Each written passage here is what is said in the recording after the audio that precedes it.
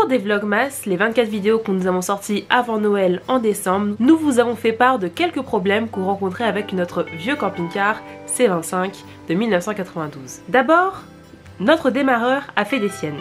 Déjà, en République tchèque, au mois de septembre, les premiers cibles de faiblesse sont apparus.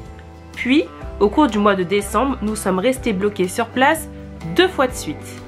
Ça tourne plus? Nothing. Deuxième problème, nos essuie-glaces nous ont lâchés. Et ce en plein road trip. Et on peut vous dire que sur la route, on a eu quelques frayeurs. On a donc décidé de démonter le moteur d'essuie-glace et on a pu voir que le souci était qu'il avait tout simplement cramé. Dernier point, on a constaté qu'au niveau électricité, on était toujours un peu léger. Effectivement, en hiver, le soleil est très bas et notre coupleur séparateur, qui date de 30 ans on le rappelle, est très fatigué et pas forcément adapté pour recharger une batterie cellule de 250 ampères. Du coup, on a eu beaucoup recours à nos batteries nomades pour pallier à ce manque d'énergie et on a eu la chance de recevoir une batterie lithium de la marque Krebs de 300 ampères. Mais il nous reste à finaliser l'installation électrique qui nécessite un nouveau régulateur adapté au lithium et un convertisseur 12 volts 220. Dans cette vidéo, on va tenter de résoudre tous nos problèmes pour bien commencer l'année. C'est parti! Nous, c'est Jen et Victor. Nous avons pris la décision en 2021 de tout quitter et de partir à l'aventure sur les routes à bord de notre vieux camping-car de 1992. Après l'avoir rénové pendant une année, on s'y sent tellement bien. C'est devenu notre vrai petit cocon. Mais ça n'a pas toujours été simple entre notre camping-car et nous. Il faut qu'on vous présente le troisième membre de l'équipe. Lui, c'est Popeye, un petit berger créole qui vient de l'île de la Réunion que nous avons adopté. Il nous accompagne partout. Notre projet consiste à partir à la découverte du monde à bord de notre maison roulante. Le tout en essayant de respecter un certain budget, ce qui n'est pas toujours évident. Après plusieurs mois sur les routes à vivre cette vie pleine d'aventures, il devient difficile pour nous d'imaginer rentrer. Alors, si vous êtes aussi intéressé par le voyage, la découverte du monde, l'aventure ou le concept de van life, n'hésitez pas à nous suivre sur cette chaîne YouTube, sur Instagram, sur Facebook et sur notre blog. Grâce à un tuto, Victor s'attaque au démontage du démarreur. On voit quelque chose? Bon, moi je vois bien. Toi, je sais pas. Vas-y, ouais, je vois. Là, ça bouge. Il faut bien qu'on commence quelque part. Donc en fait, j'ai l'impression que je les vise du mauvais côté. La situation est particulièrement agréable pour lui, car il se met à pleuvoir des cordes. Rien d'étonnant, vu qu'on se situe dans le nord de la France.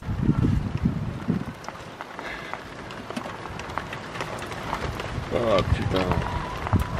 Merde, il va me tomber sur le coin de la gueule. Tu quoi, une bassine sur toi? Ah non, c'est le démarreur qui va tomber sur moi. Là, Victor insinue subtilement qu'il a besoin de mon aide. Je m'en vais donc revêtir mon bleu de travail pour l'aider en dessous du camping-car. C'est mort. Faut que je tienne là? Ouais. C'est bon, tu le tiens? Ouais. Il va tomber, hein? Ouais.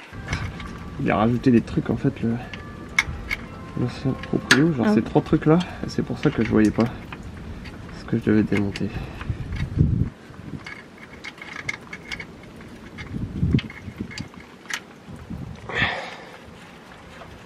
Hop, hop, et hop.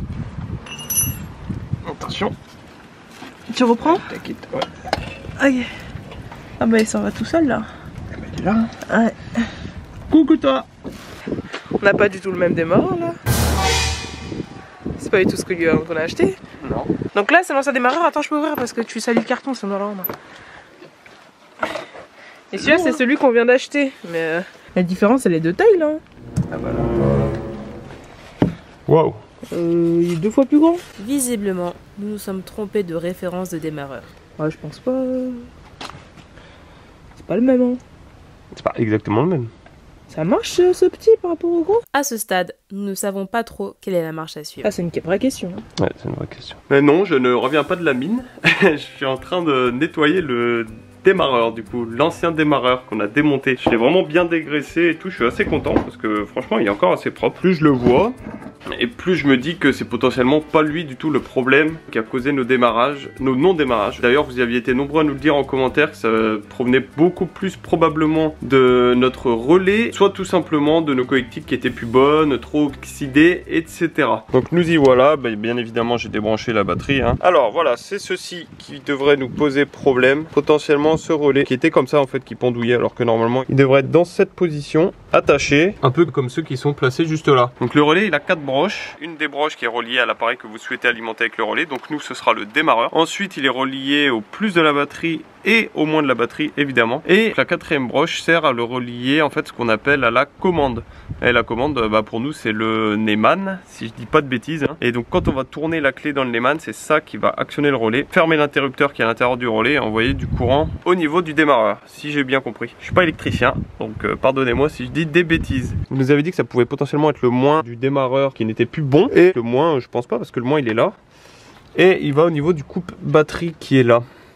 Et après il va directement à la batterie. Pour moi ça peut pas être l'origine de la panne. Donc on va changer le relais, nettoyer le démarreur encore un peu, tout remettre en place et essayer. Voilà, vous voyez la tête de l'ancien relais, il est pas beau du tout. Il est tout oxydé, tout rouillé. Le cuivre il est censé être brillant comme de ce côté là. Et regardez là, en fait il est tout pourri. Donc pas étonnant qu'on ait eu des pannes. En fait, je pense avoir identifié le problème. Et surtout, on doute de plus en plus de l'utilité de mettre un relais sur le système d'allumage du démarreur. Donc là, on va remonter le démarreur, tout simplement en enlevant le relais. On va en garder un de secours avec les câbles déjà prêts à être remontés si jamais on voit que c'est nécessaire de le réinstaller. Mais pour le moment, on va refaire la configuration d'origine. Donc uniquement relier la batterie à l'alternateur et directement au démarreur. Et ça devrait bien se passer. Nous savons maintenant que notre problème provient du relais de démarrage. Il convient maintenant de quand même tester la fiabilité de notre ancien démarreur en lui donnant un petit coup de jus.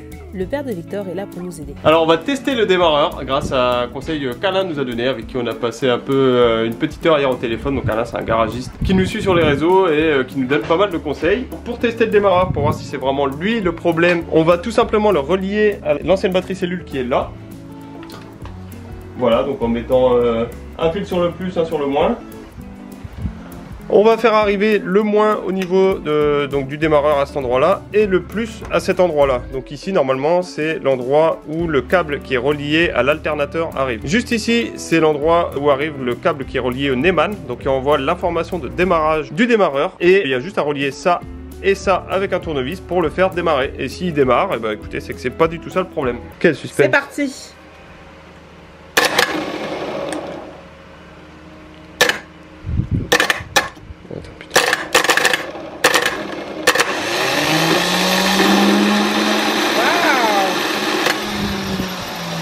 Voilà, au démarreur tout neuf. C'est ça. Test réussi, notre démarreur fonctionne. Il ne nous reste plus qu'à retourner le démarreur qu'on avait précédemment acheté. Il n'est pas du tout compatible avec le modèle. Pourtant le site nous avait dit que oui. Finalement non, parce que déjà il n'y a pas le même nombre de dents au niveau du pignon. Et puis au niveau de la taille on le trouve vraiment minuscule par rapport à l'ancien. Donc on est très content que celui-là fonctionne encore. Bonjour. Bonjour. Bonjour. Dans tous les nombreux messages que vous nous aviez, c'est pour la panne de notre démarreur. Mon bonnet ressemble à rien du tout. Bon, c'est pas grave. Vous nous aviez aussi parlé qu'on pouvait potentiellement avoir un problème de masse. Alors la masse, la tresse de masse en fait c'est tout simplement ceci. Donc qui part après là-bas se poser sur une des parties du moteur. Il y a beaucoup de vent, désolé d'avance. Et là vous voyez ici en fait quand c'est trop sale, trop oxydé comme ça, ça peut ne plus bien servir de masse et donc ça peut empêcher le circuit de fonctionner correctement. Donc je vais l'enlever tout simplement, ce boulon, frotter avec du papier de verre et tout remettre en place et le graisser. Une fois nettoyé, nous avons remis les câbles en place. J'ai fini de remonter le démarreur, de remettre tous les câbles. Coucou Jenny Chou, remets ta tête. Coucou. Je vais pouvoir procéder au rebranchement de la batterie moteur et essayer de démarrer. C'est un grand moment pour nous, le symbole d'un bel accomplissement. On est particulièrement fiers d'avoir travaillé sur la partie mécanique de notre camping-car de nos propres mains. Maintenant, il faut démarrer. On ferme bien le circuit électrique et c'est parti. J'insère la clé dans le Neumann. Maintenant, je sais que ça s'appelle comme ça. Tu lances un préchauffage? Ouais, tu vas en lancer un. Ouais. Et après, tu vas entendre, genre 15 secondes après, normalement, le préchauffage, tu vas entendre un clic. Il faut que j'entende le clic avant de démarrer? Non, avant de faire le deuxième préchauffage. Ah, ok. Voilà, là, ça c'est le premier préchauffage est fini. J'attends le clic. Hein.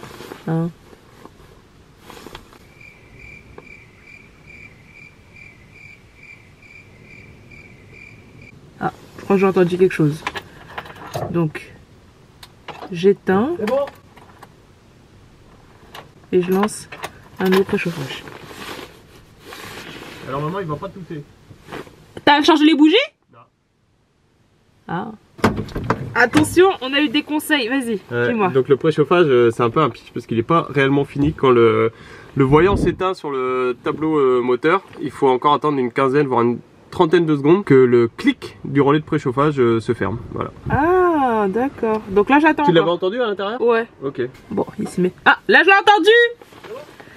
Allez, on se lance. Bravo à Victor. Et voilà, premier problème résolu. On passe à la suite. On avait un deuxième problème au niveau mécanique qui se trouve juste ici. Vous voyez, c'est notre moteur d'essuie-glace qui est complètement rouillé et qui a commencé même à brûler. Il y a quelques vidéos, je vous avais dit que j'avais commandé un moteur d'essuie-glace, je pensais être le bon, mais en fait pas du tout. C'était pas le bon au niveau des connectiques. On va le renvoyer et j'ai recommandé le bon qui est arrivé en 24 heures.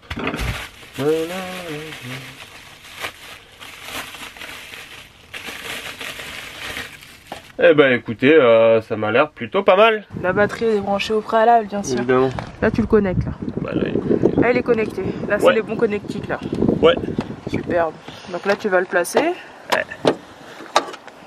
Cette fois celui-là il aura pas de petite capote.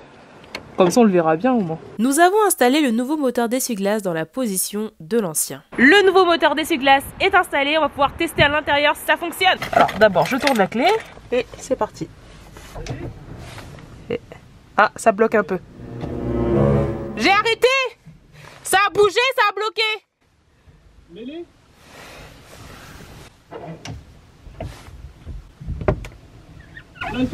Ouais, là j'ai arrêté. J'ai arrêté. Ah là là, petit problème. En fait, les balais ils sont assez coincés. Comme on vous l'a montré avant, en fait, on a monté le moteur des essuie-glaces, mais malheureusement, il reste encore bloqué parce qu'ils étaient très grippés. Après une petite bataille acharnée, on a réussi à les démonter. Et du coup, on va tout graisser, tout nettoyer et tout remettre en place. C'est quand même pratique d'avoir un établi pour travailler, hein, même s'il n'est pas très bien rangé. Donc on a nos 3 parties. Et c'est surtout ici que c'était complètement grippé. Bon là, maintenant, vous voyez que ça tourne parfaitement. Mais au début, quand on l'a mis dans l'étau, on a dû forcer tellement c'était bloqué. Donc on met du Transil ou du WD-40 qui dégrippe aussi les pièces rouillées. Donc on en a bien appliqué ici, hein, comme ça, hop, on n'en met jamais trop. Et on fait tourner. Donc après avoir tout démonté et tout bien nettoyé, regardez maintenant, ça bouge beaucoup plus facilement sans forcer. Donc le moteur devrait apprécier. C'est de nouveau le moment de réinstaller le moteur d'essuie-glace. Hop. Et hop. Bravo. Facile. Regardez-moi ça. C'est pas magnifique. Encore un bel accomplissement. On peut maintenant passer à la partie installation électrique. Nous allons vous montrer comment nous sommes passés de notre installation électrique initiale comprenant une batterie AGM de 250 A et un onduleur d'1 kW qui a pour fonction régulateur de charge, chargeur et convertisseur, à une installation électrique avec batterie lithium en fer phosphate de 350 A. Prise de connaissance des circuits électriques existants. En fait, il faut que je chinte donc le coupleur séparateur qui est en place au niveau du capot, le supprimer tout simplement, l'enlever du circuit. Mais ce coupleur séparateur sert de liaison entre la batterie moteur et de nombreux accessoires du camping-car, notamment ce tableau de contrôle est alimenté, il n'est pas cassé, hein, j'ai juste enlevé les vis, vous inquiétez pas, il est alimenté par la batterie moteur. Il faut donc que je trouve une solution pour qu'il reste malgré tout alimenté par la batterie moteur, même en enlevant le coupleur séparateur. Alors notre coupleur, vous voyez qu'il est là, donc tout est expliqué dessus, hein, vous voyez. Victor remonte le fil de tous les câbles entre le tableau électrique et le coupleur séparateur. C'est bien ce que je me disais, hein, il y a vraiment beaucoup de câbles qui servent à rien dans le camping-car. Notamment ceux-ci que j'ai enlevés qui étaient en fait sous le capot. Et à la fin, voilà, c'était donc juste comme ça, il n'y avait rien de branché. Et donc j'ai suivi leur petit chemin. Nanana, hop, hop, hop, hop, hop. Et à la fin, alors admirez, voilà, tada, c'est ça. Donc que des fils qui sont dans le vide. Comme ça, qui sont branchés absolument à rien. Et le plus marrant, c'est que sous le siège passager, du coup, il y a tous ces câbles qui sont là. Hop, je vais allumer un peu ma frontale. Tous les câbles sont là. Voilà. Et il y avait cette espèce de relais qu'on avait préservé parce que nous on était persuadés qu'il servait à quelque chose. Donc on était là à le protéger, à se dire ok bon si on l'abîme plus rien ne va fonctionner. Et en fait c'est un relais dans le vide. L'objectif aujourd'hui ça va être de virer tous ces câbles qui servent à rien pour y voir beaucoup plus clair. Et je pense que ce sera mieux pour tout le monde. C'est vrai que quand on veut retoucher à l'électricité c'est compliqué parce que les câbles on sait jamais s'il faut les couper ou pas. Et s'ils alimentent vraiment quelque chose, et là on tient le bon bout, on va pouvoir virer encore je pense quelques dizaines de mètres de câbles qui ne servent à rien. Schéma de l'installation électrique cible. J'ai fait un petit schéma électrique concernant la future installation qu'on voudrait pour le camping-car. Donc ici on aura notre nouvelle batterie cellule de 300 ampères au niveau de la soute. Là on mettra un transformateur 12-220 et là c'est le tableau électrique qui existe déjà au niveau du camping-car. On va procéder à cette nouvelle installation et la grosse différence qu'il y aura c'est que là on va installer un régulateur MPPT qui fait aussi office de chargeur DC-DC. C'est le moment de passer à l'action. C'est le moment de commencer cette nouvelle journée pour nous et une journée très importante parce que c'est aujourd'hui qu'on va installer notre nouveau régulateur MPPT et chargeur DC-DC. Je reviens de quelques petites courses. Alors je suis allé racheter du câble. J'ai pris du 6 mm carré, j'ai pris 10 mètres parce que bon bah voilà, ça sert toujours. On a pris 6 mm carré parce que c'était préconisé dans la notice. Pour une fois qu'on a lu la notice, qu'on a pris la bonne longueur de câble et les bons fusibles, c'est pas mal. Alors justement on a aussi acheté des fusibles qui ressemblent à ça. C'est des fusibles qu'on va mettre à différents endroits. C'est inscrit sur le schéma qui est là, enfin entre le chargeur DC-DC et l'alternateur, un entre le panneau solaire et le régulateur et un entre la batterie et le régulateur. Sur les câbles plus bien évidemment. Comme ça va protéger l'installation. On l'avait pas fait la première fois, là c'est préconisé et vu qu'on a le temps, eh ben on va le faire. Ça va être beaucoup de travail à l'intérieur. Là il fait très moche, il pleut, il y a du vent. Donc vous nous disiez qu'on était courageux d'avoir passé l'hiver en Pologne. Moi je trouve que les gens qui passent l'hiver à Dunkerque ils sont encore plus courageux. Parce que là, je ne vous ai pas montré. Et d'ailleurs ça ne se voit même pas. Il faut imaginer que là, donc il y a le câble du panneau solaire qui vient.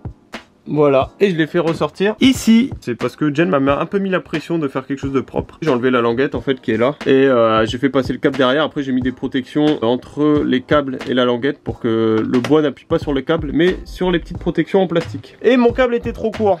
Mais ça tombe bien parce que comme ça c'est ici que je vais mettre mon fusible. Et après je vais le retirer jusque ici qui va être l'emplacement de notre nouvelle machine. Et je vais commencer par ça. Alors je viens de terminer le raccordement des câbles et la pose du fusible. Donc ne vous inquiétez pas, hein, si bleu est sur le rouge c'est normal, c'est parce qu'on avait inversé au niveau du panneau solaire, on s'était trompé. Ça c'est bien le moins maintenant. Et celui-là où il y a le fusible c'est bien le plus. On a mis des autocollants pour ne pas se tromper si jamais on doit redémonter. L'avantage, comme on vous l'avait dit, des placards qu'on a refait, regardez, c'est de pouvoir cacher les fils en dessous. Je vais faire tomber la petite chape. Hop. Et voilà, on les voit presque pas, ils sont là-bas dans le coin. Puis c'est super, ils passent derrière ça, là.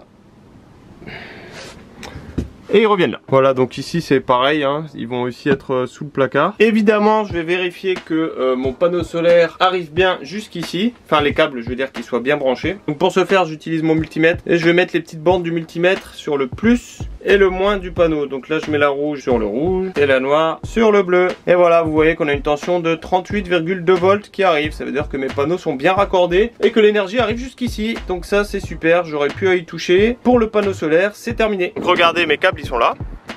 Voilà, et ils descendent jusque l'alternateur qui est juste là pour votre information.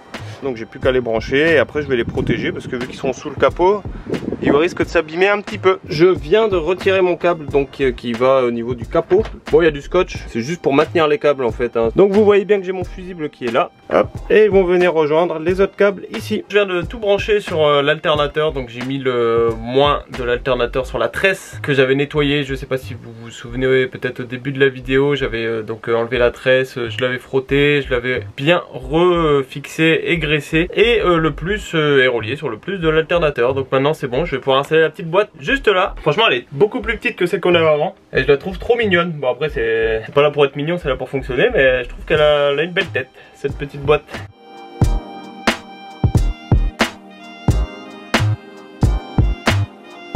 Regardez notre belle boîte, elle est installée, elle est là.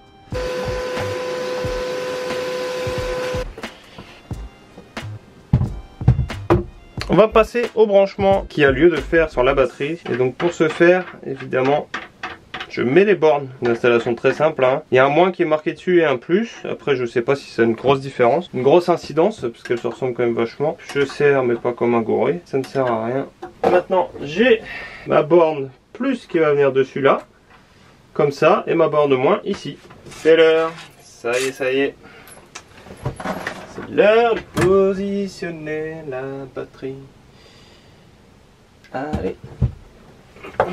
Oups là.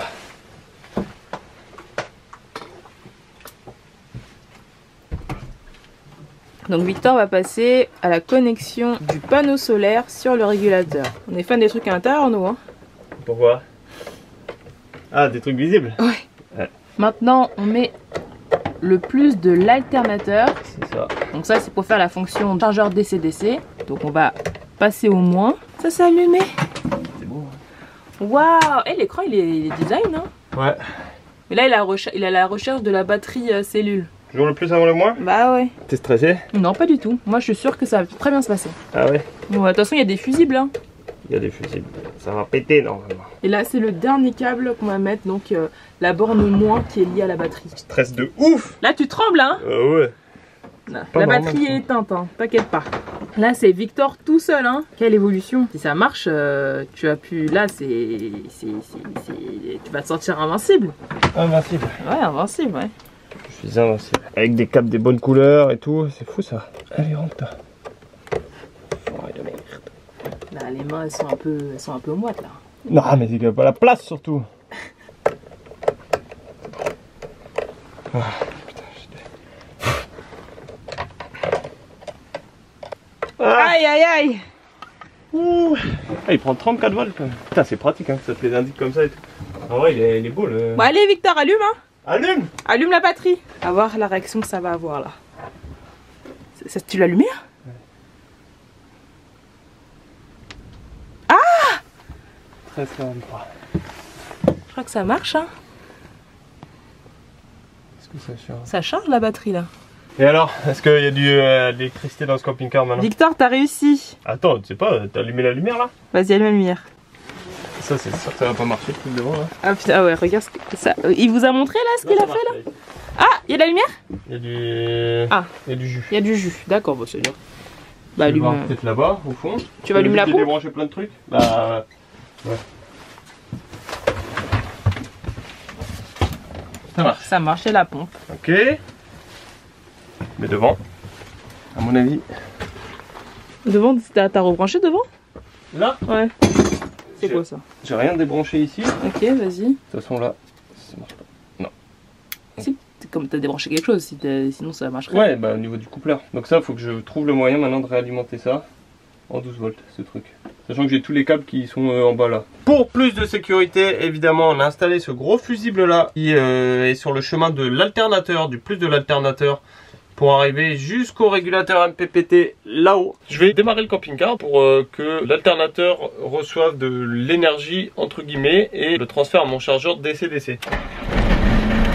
Alors, on voit derrière ce qui se passe. Le voyant panneau solaire s'est éteint et c'est le voyant alternateur qui vient de s'allumer. Donc en dessous, je vois que je reçois 400 watts de l'alternateur. Ça me paraît monstrueux. En tout cas, ça a l'air de fonctionner. La batterie s'est mise en mode recharge avec l'alternateur. Je pense que c'est validé. Maintenant, il n'y a plus qu'à tester vraiment sur la route en conditions réelles. Vous pouvez voir que vu qu'on a coupé le contact, le petit voyant de l'alternateur s'est éteint et c'est celui du panneau solaire qui vient de s'allumer. C'est bien, c'est un petit boîtier très intelligent. Comme vous pouvez le voir, la lumière est revenue dans le camping-car. La lumière elle est contrôlée par le panneau qui est là et au début ça marchait pas. Après un petit bidouillage, on a réussi à le réalimenter en 12 volts et maintenant c'est bon. Donc toutes les lumières fonctionnent, tous les boutons du camping-car fonctionnent en 12 volts et on a enlevé des dizaines et des dizaines et des dizaines de mètres de câbles. C'est impressionnant. Et bon, on en a rajouté quelques-uns, certes, mais on en a beaucoup plus enlevé que rajouté. Installation du convertisseur 12-220 volts. On vient de recevoir ça, notre convertisseur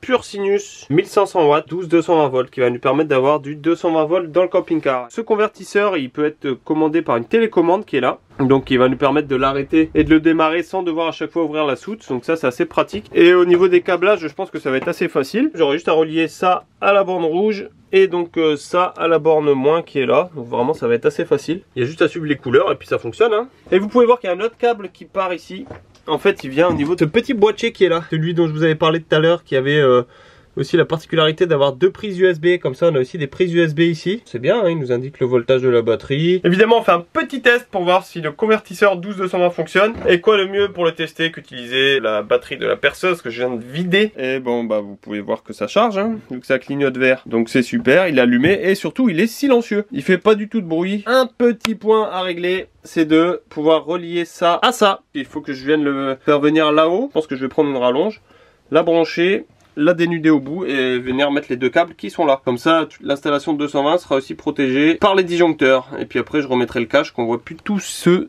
fouillis de câbles qui est très clair pour nous vu qu'on a mis des petites étiquettes partout. Hop là! Et voilà, on peut reposer nos pieds sur la banquette, c'est fini. Voilà, j'ai fait un petit système, j'en suis assez content. Ça permet d'ouvrir ou non. En fait, j'ai mis des petites charnières en bas. Là, on a notre convertisseur. C'est bon, il est définitivement fixé. Je vais l'allumer d'ailleurs. Et là on a du 220 dans toutes les prises du camping-car. Alors cette trappe là, maintenant elle était déjà plus ou moins condamnée parce qu'avant on avait notre ancienne batterie cellule. Mais là comme ça au moins ça fait vraiment un compartiment électricité. Et aéré avec cette grille, hein, parce qu'il faut pas que ce soit trop enfermé non plus. Et là on a encore un peu de place pour du rangement. Et maintenant, place aux finitions. Je vais m'attaquer à la construction du cache pour cacher ces fils. Puisqu'on trouve pas ça très joli, sachant que c'est dans le salon. Et on va faire un petit coffrage en bois en fait devant pour que ce soit plus joli. Toujours dans ce thème de récup le plus possible, je vais utiliser une caisse à vin.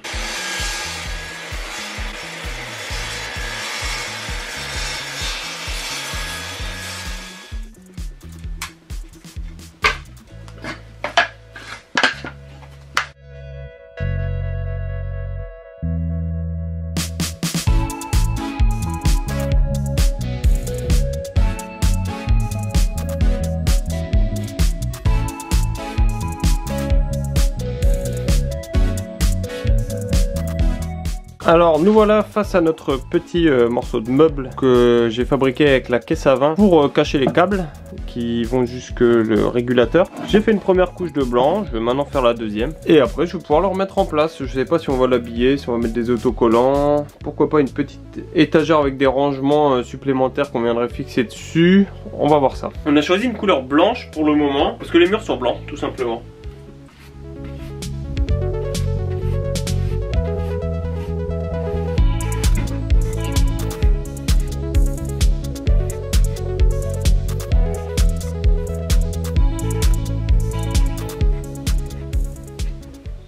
Et voilà le résultat final. N'hésitez pas à nous dire ce que vous en pensez. Ça va être le moment pour nous de conclure cette vidéo de travaux, la première, donc dans laquelle on a réparé le démarreur, le moteur d'essuie-glace, on a fait la nouvelle installation électrique et donc ce petit coffret en bois. Franchement c'était super sympa de rebricoler sur le camping-car, surtout d'avoir beaucoup plus de temps et les bons outils pour le faire. On attendait ça avec impatience. C'est pour ça qu'on voulait vraiment pas le faire sur la route un peu à l'arrache. Donc je vais pouvoir m'attaquer à la salle de bain et à la pose des toilettes sèches qui feront l'objet d'une nouvelle vidéo. On espère que cette vidéo vous a plu. Si c'est le cas, n'hésitez pas à y mettre un petit pouce, ça fait toujours plaisir. À nous laisser un petit commentaire si vous avez des conseils pour améliorer ce qu'on vient de faire. Si vous avez vu qu'on a fait des bêtises notamment, tous les conseils sont pour en prendre, hein. On écoute tout. Donc on se dit à la semaine prochaine pour une nouvelle vidéo. Et pour ceux qui n'aiment pas trop les travaux, qui préfèrent le voyage, ne vous inquiétez pas, on a prévu de repartir très bientôt, dans quelques jours. Les vidéos de travaux, il n'y aura que celle-ci et la suivante et ensuite on reprend la route. Allez, salut!